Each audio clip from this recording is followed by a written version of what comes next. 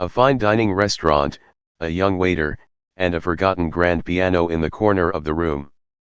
It seemed like just another ordinary work night, until a wealthy guest suddenly stood up, pointed at the waiter, and shouted, "If you really have talent, prove it, right now, in front of everyone here." The entire restaurant fell silent. No one thought he would do it.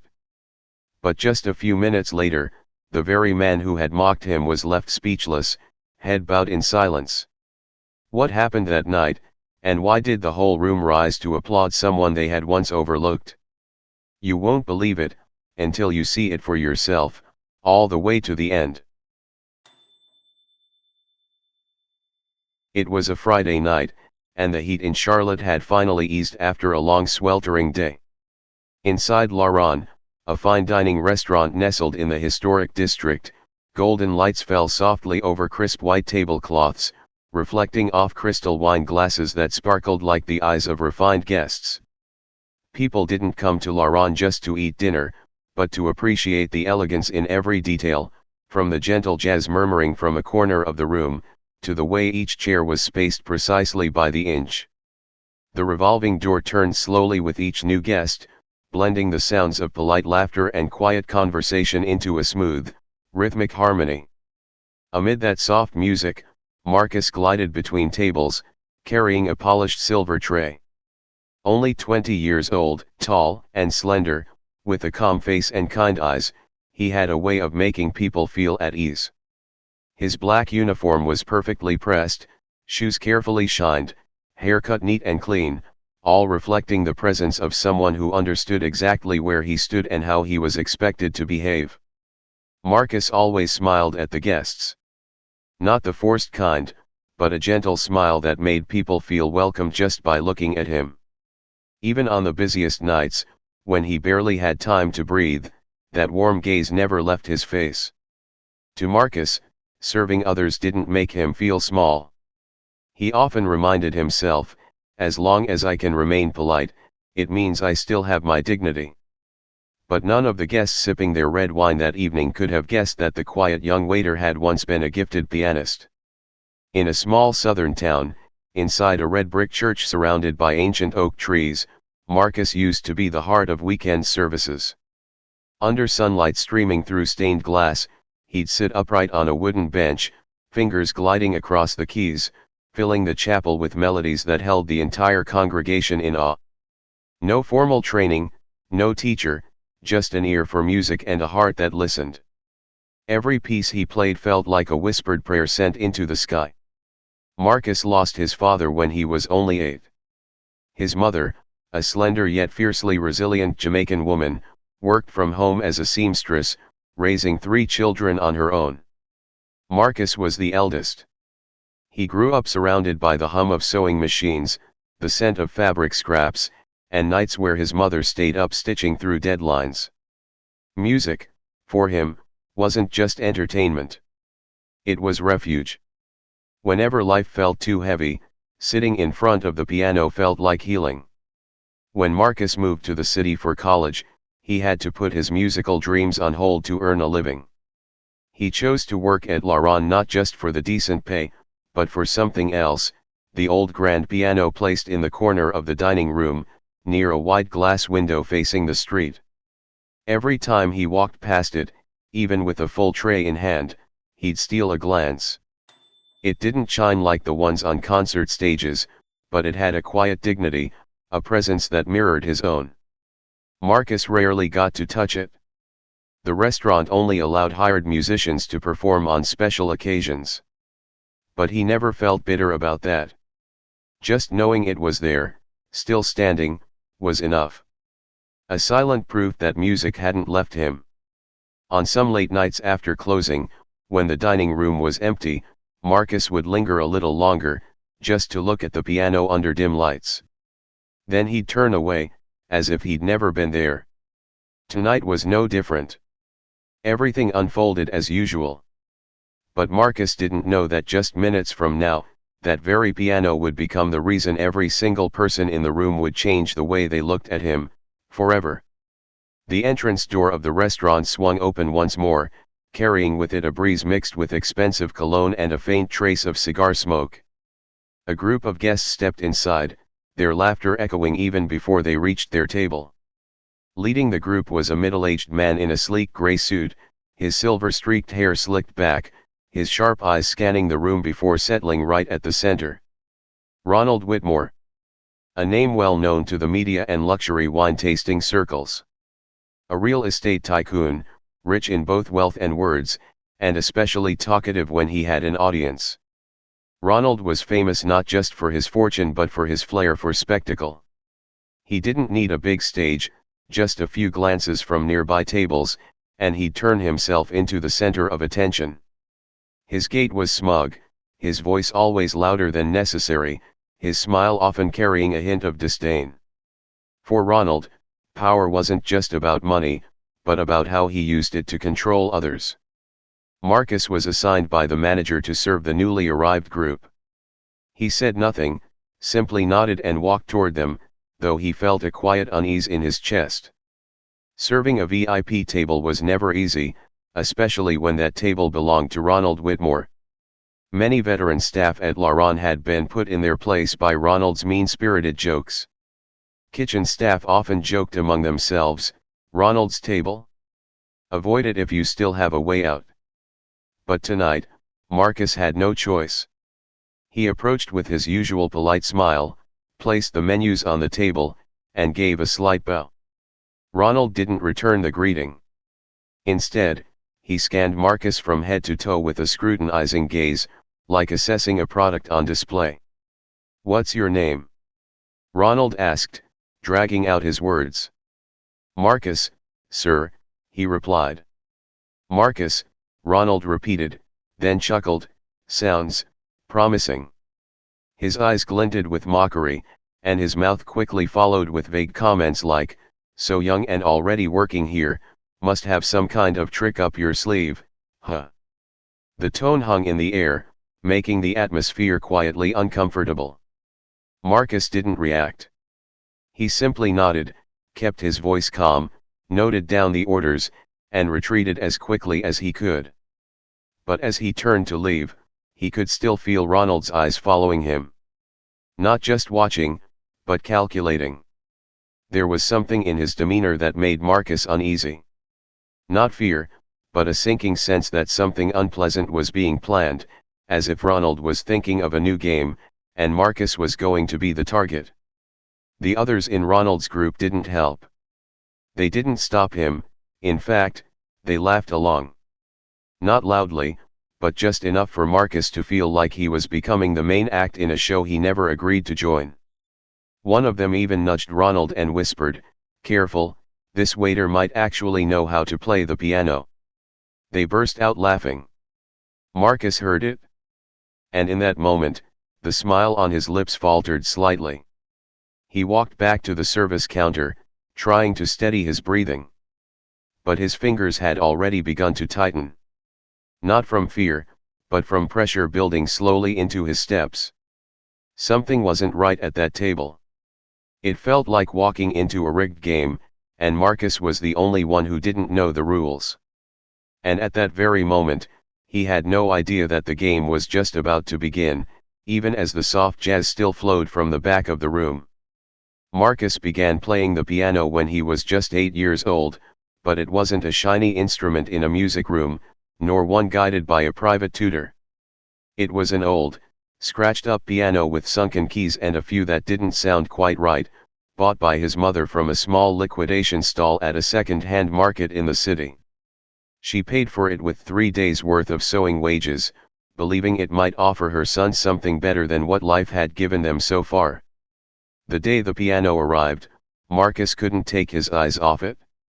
He sat in front of it the whole afternoon, fingers hesitantly brushing the keys as if afraid he might break it.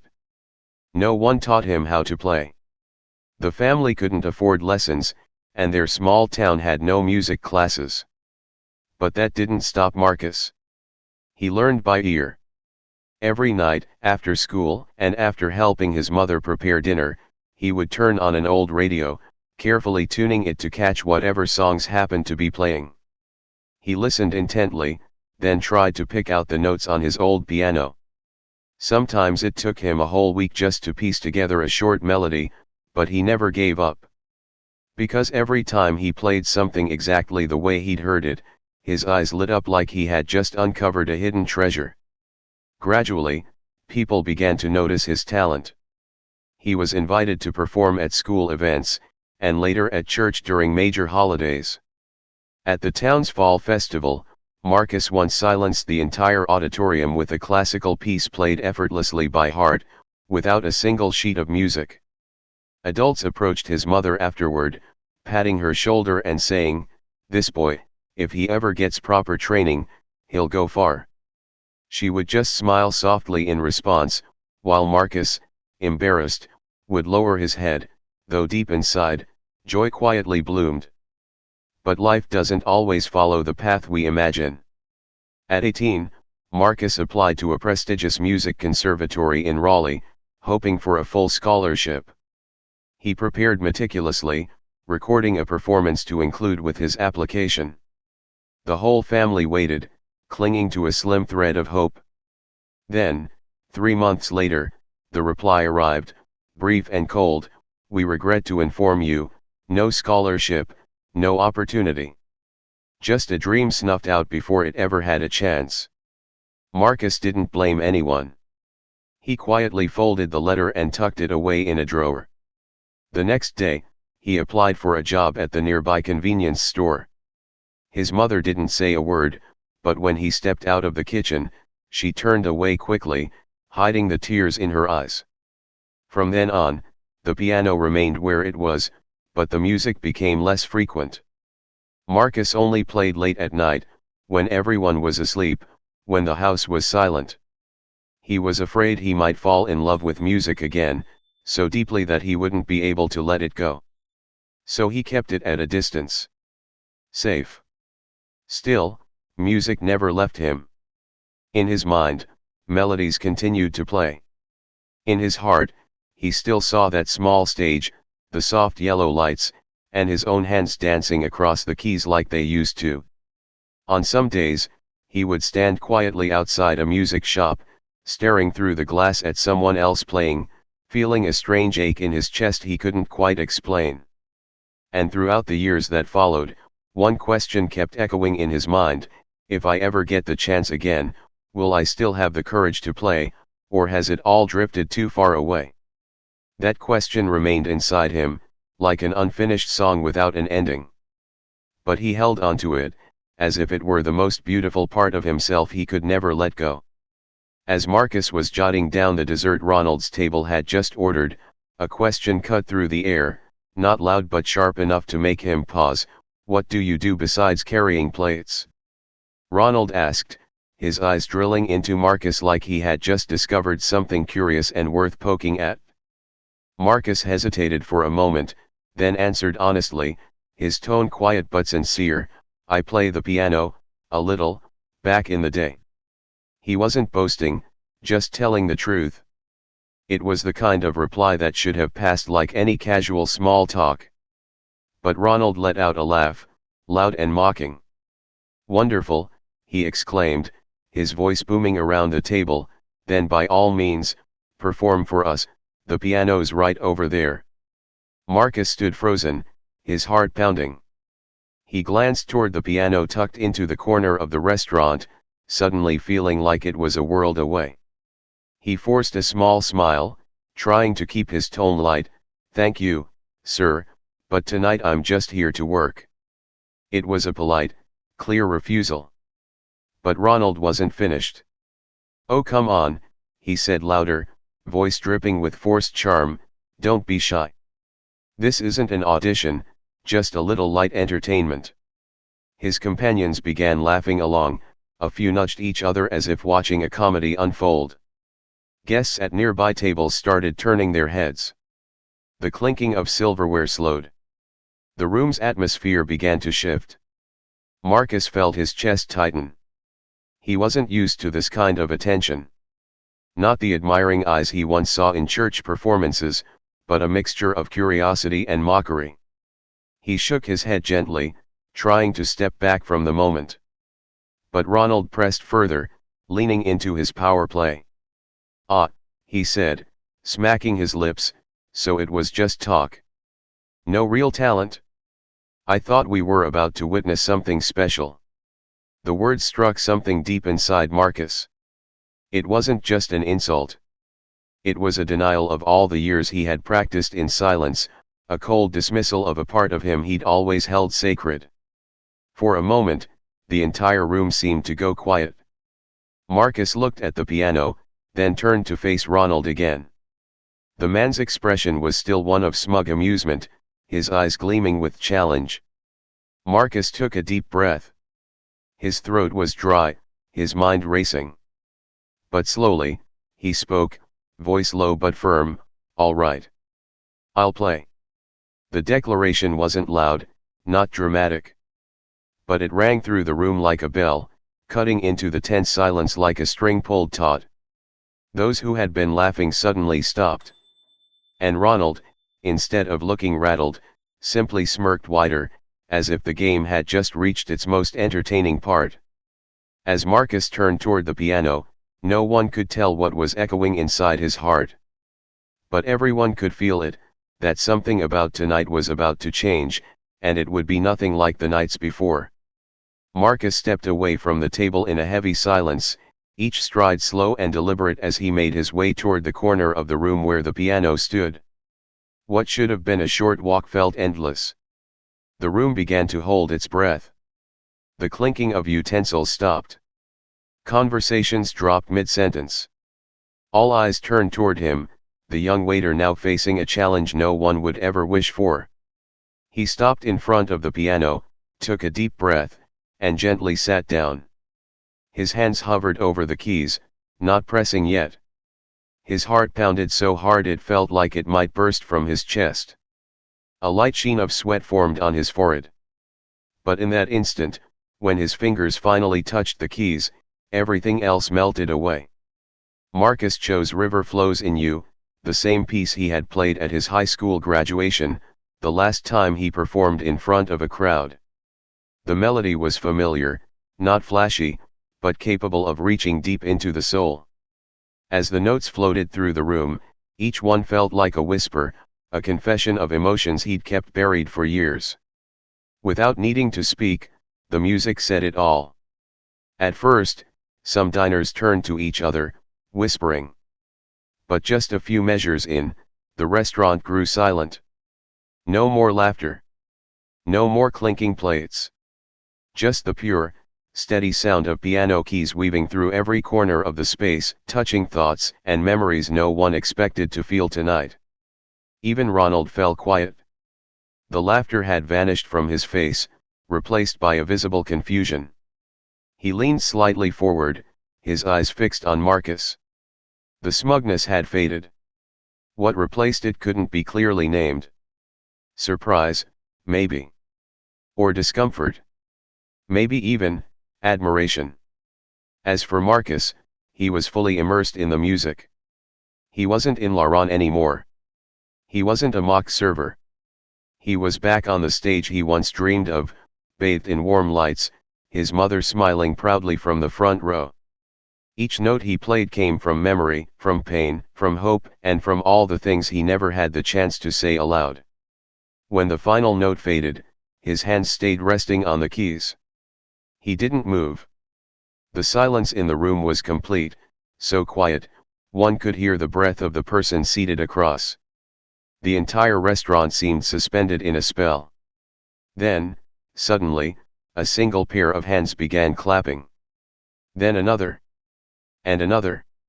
Soon, the entire room erupted in applause. Thunderous, echoing from wall to wall, shattering the tension that had once filled the air. Some diners stood, applauding as they gazed at Marcus with eyes lit up. A few didn't say a word, they simply nodded, as if offering an unspoken apology for having doubted him.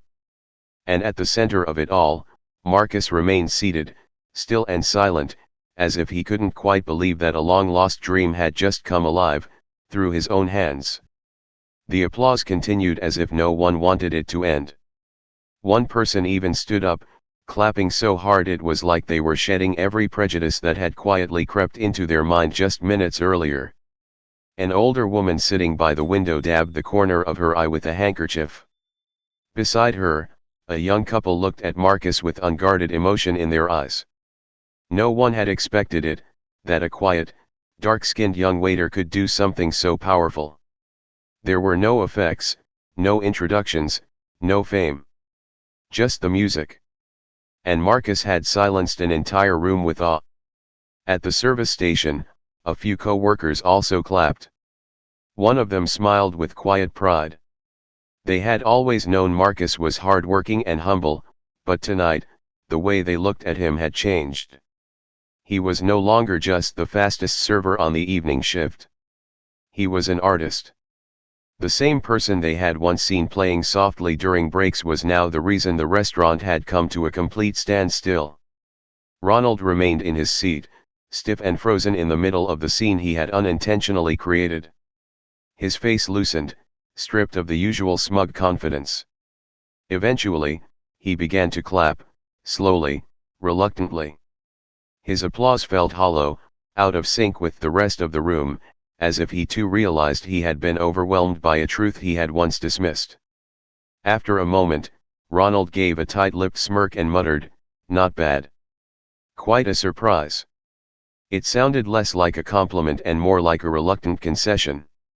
Still, everyone knew, for someone like him, that was already a sign of discomfort.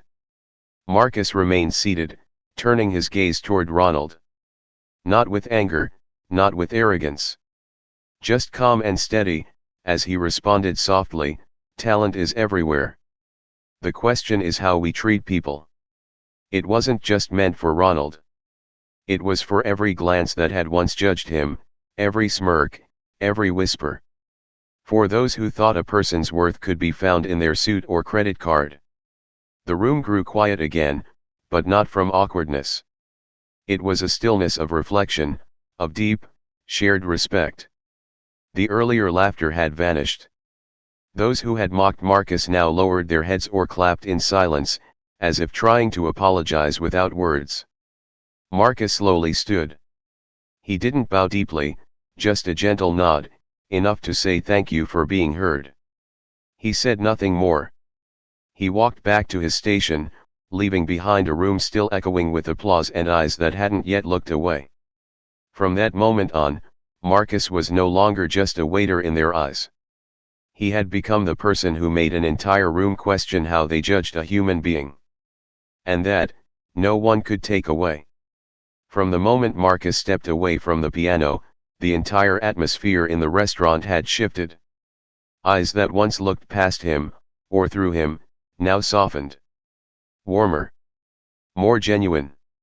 Guests who saw him passing by didn't call him just to pour more water or bring dessert.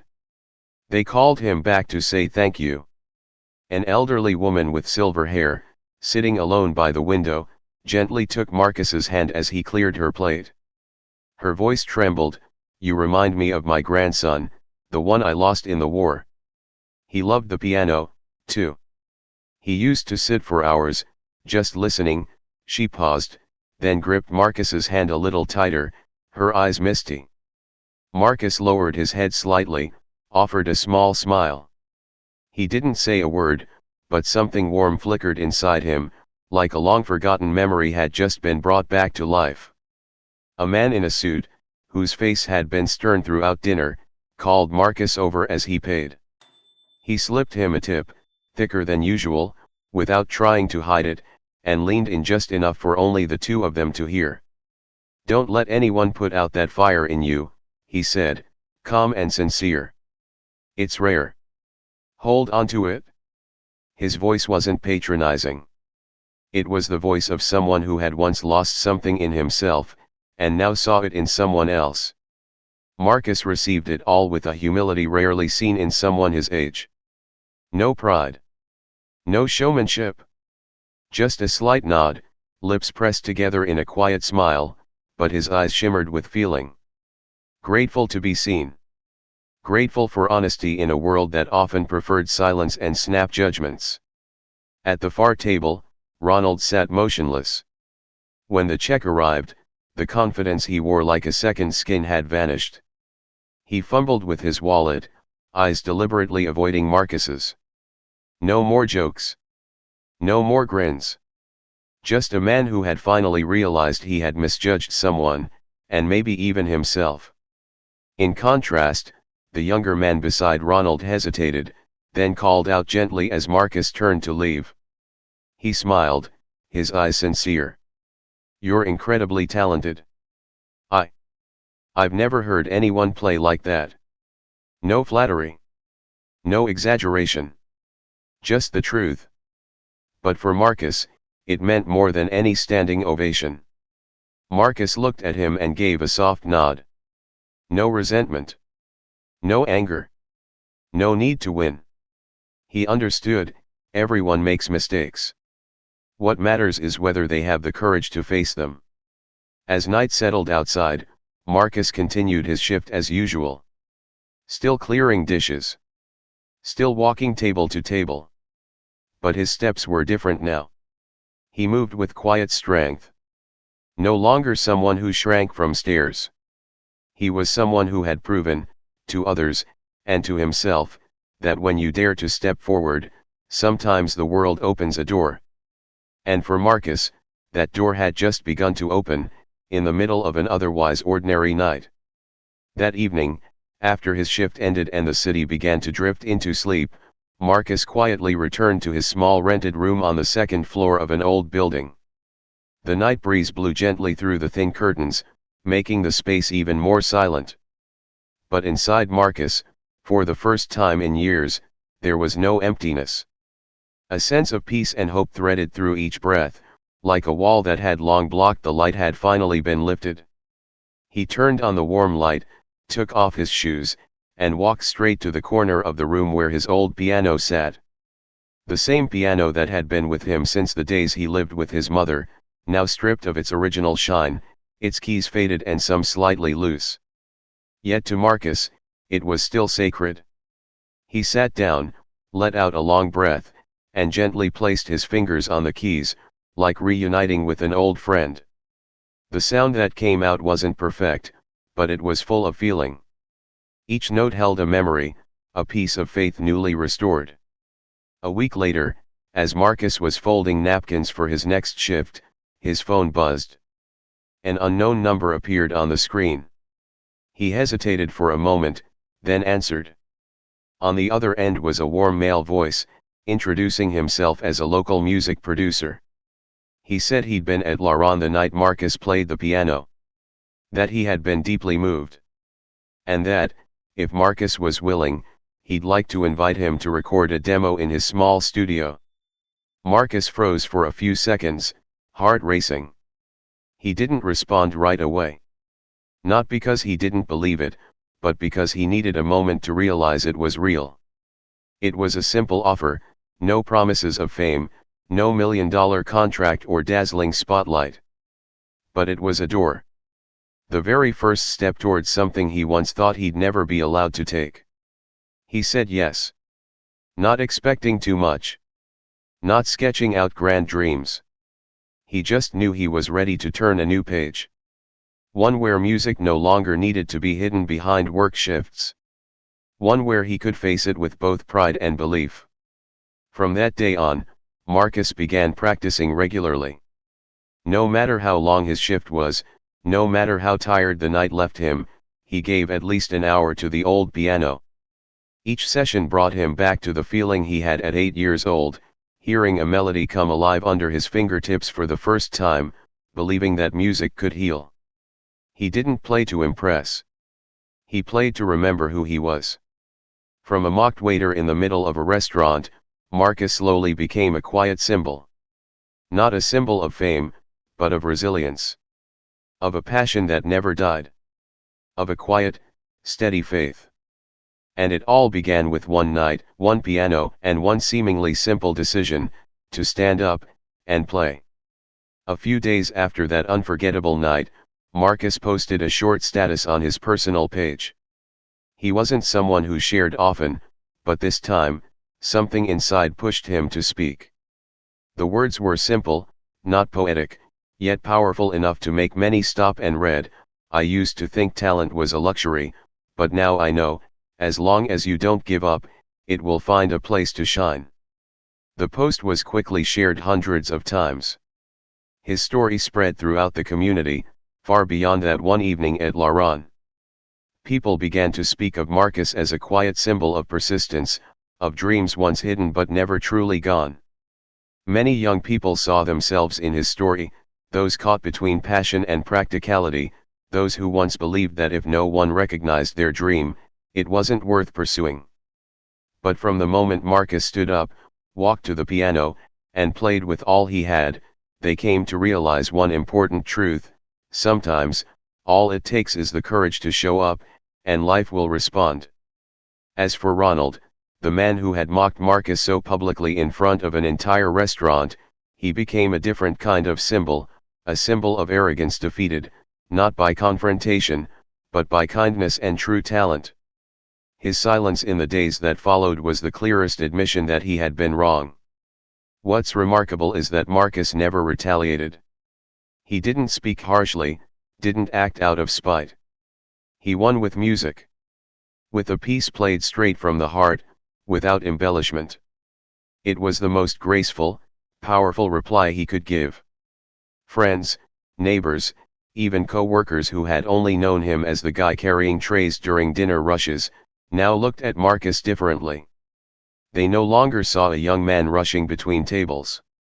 They saw someone who had stepped beyond the limits others placed on him. The story didn't end that night. It opened up a whole new journey, the journey of a young man who once believed he had missed his chance, only to find himself walking straight into the moment that would change everything. From the piano in the corner of the room, the artist inside Marcus was awakened. No one knows where the future will take him. But everyone knows the fire has been lit, and this time, it won't be easily extinguished. Because the only thing that can truly extinguish a talent isn't ridicule. It's when the person stops believing in themselves. Marcus didn't. And he hopes no one else ever will. There are moments in life when you may feel so small, it's as if you're invisible. The world outside is cold, fast, unbothered. And sometimes, the people you meet will try to convince you that you're not good enough, not worthy enough, not valuable enough to be heard. But the truth doesn't lie in their insults. It lies in how you respond to those doubts. Real worth doesn't come from applause. It comes from whether you dare to believe in yourself, even when no one else does. Talent doesn't care about skin color, social status, or where you come from. It doesn't need a business card. It doesn't need fame. It only needs one chance. And if you hold onto your dream, even with just the thinnest thread of hope, one day, a door will open. The light will find its way in. If you've ever been laughed at for what you love, ever hesitated because you thought you weren't special enough to chase your passion, please don't give up. Don't let someone else's prejudice become your limit. Marcus's story is a quiet, powerful reminder: you don't need to be accepted to begin. You only need to begin, and in time, someone will accept you, admire you, and be grateful you didn't give up. If this story touched something in your heart, share it with someone who needs to hear it. Leave a comment with your thoughts, your emotions, or your own journey. And don't forget to subscribe to the channel, so you won't miss the next stories, about resilience, about quiet strength, and about the people brave enough to rise above. Because sometimes, it only takes one person to start believing in themselves, and that's enough to change everything.